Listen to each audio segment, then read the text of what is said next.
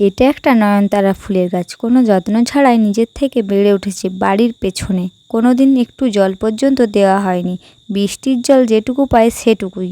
অথচ দেখুন এই ফুল গাছ কতই না কাজে লাগে আমাদের। আজ বৃহস্পতিবার, বাড়িতে লক্ষ্মী পুজোর ব্যাপার আছে, তাই মা বলল কিছু ফুল তুলে নিয়ে এসো বাড়ির পেছনের ফুল গাছটার থেকে। পুজো যদিও আমি করি না, মাই করে। আমাদের বাড়ির পাশেই একটা আশ্রম আছে, ওদের তো প্রতিদিন পুজো লেগেই থাকে।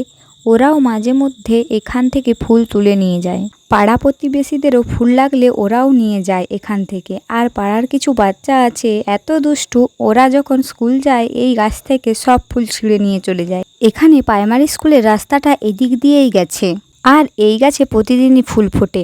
আজ যদি সব ফুল তুলে নিই, কাল আবার নতুন ফুল ফুটে যাবে। ফুল তোলা আমার প্রায় হয়ে এসেছে, এগুলো এবার নিয়ে গিয়ে জল দিয়ে ভালো করে ধুয়ে রেখে দেবো পুজোর জন্য।